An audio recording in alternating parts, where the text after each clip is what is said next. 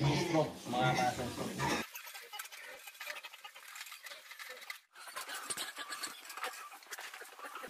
Hindi kayo.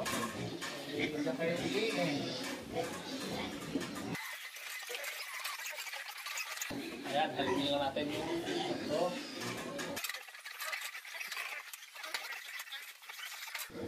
Yan ito, alatang between cross at standard feeds pa lang ng figura. Ganyan na po kalaki. Sa edad nila na ngayon ay September 11. So pinanganak sila July 2, September 11, 61. 62,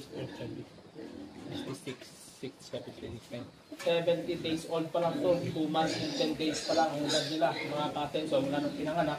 Pero tingnan nyo po yung katawan nila, lalaki na. Ito na yung isang maliit kasi siya yung parang dipos kung tawagin sa Ilonggo. O yung pinakamaliit. Yan yung parang may nipos baby. Pero nagkakatimpa na ng mga 25 kilos siya.